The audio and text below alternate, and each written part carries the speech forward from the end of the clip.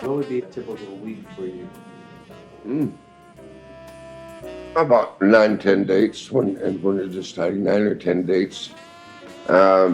Jimmy Haskell, Perry Bodkin. These are the writers. My goodness. Oh, there's just too many to mention, man. And I'm too old to remember them. They were all good. Larry Kanzler, all good writers. Would They'd you call like the they'd call the service and put out a call for a band, and they'd give the names of the guys they wanted, and the service would call it, like an answering service. We have a record date with you with such and such. And it was usually with the contractor. When you got there, you found out who the writer was, you know. And that's how that's how you got an account, because if they liked you, they asked for you again and again. But the contractors had the power over everybody. And there were some great contractors, and there were some real asses. I almost slipped a tape recorder. Well, we had to fight for that. We had to fight for to get our names on records. You know, who played. Everybody wanted to know. Well, geez, what band is that? Who's playing behind who and this and that.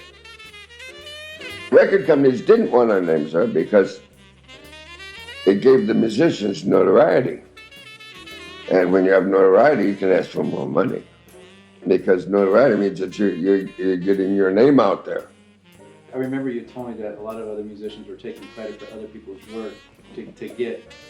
Well, they were given credit by these contractors, like Ben Barrett. Ben Barrett didn't like you. He'd keep your name off a contract and not send you the money. And I called him on it. I had 8 dates that he didn't pay me for in 1 year. And I called him up and I said, I've got these dates, Ben. I haven't received checks. And let me check my records. And he looks and says, you've been paid for all of that. I said, well, okay, fuck you. I hung up. I never worked for him again. So he never did pay you for those days? No, never did. So there were guys like that. And then there were good guys, like Red Mandel was a great contractor. Everybody thought he was gruff, but I had his number, man, and we were tight friends. And he was great friends with Pete Chrisley, too.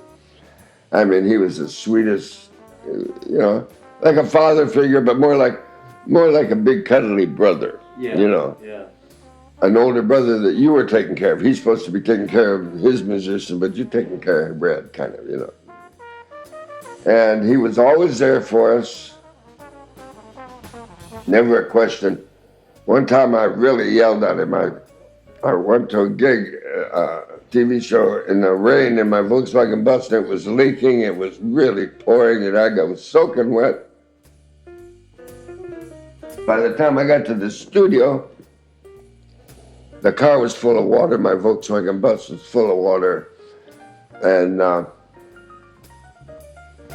I got into the studio, and wet and getting my horns in there, and I get in there and there's nobody there. And I am pissed. I go down, I go to the phone, and I called Red. I said, Red, he's at home. I said, what's going on, Red? There's nobody here, man. I'm soaking wet. It took me 2 hours in the rain to get here.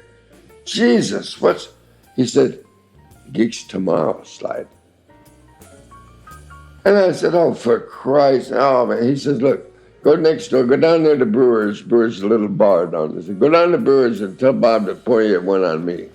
And just sit there and relax, and don't just have your drink and relax, and then go home. And I'll see you tomorrow. Man, I did what he said. I went next door and had a taste and sat there and cooled down, because I was really pissed. Long drive. Yeah. So that was that day. Sorry for the bad language, recorder.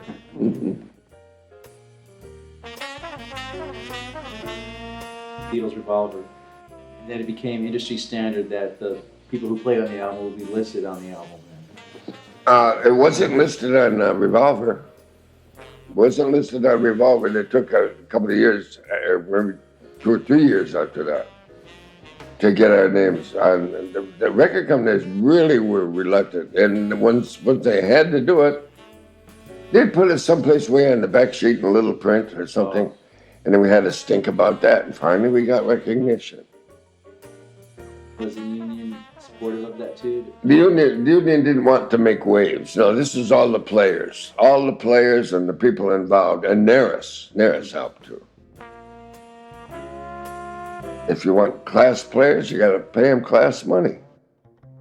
You know.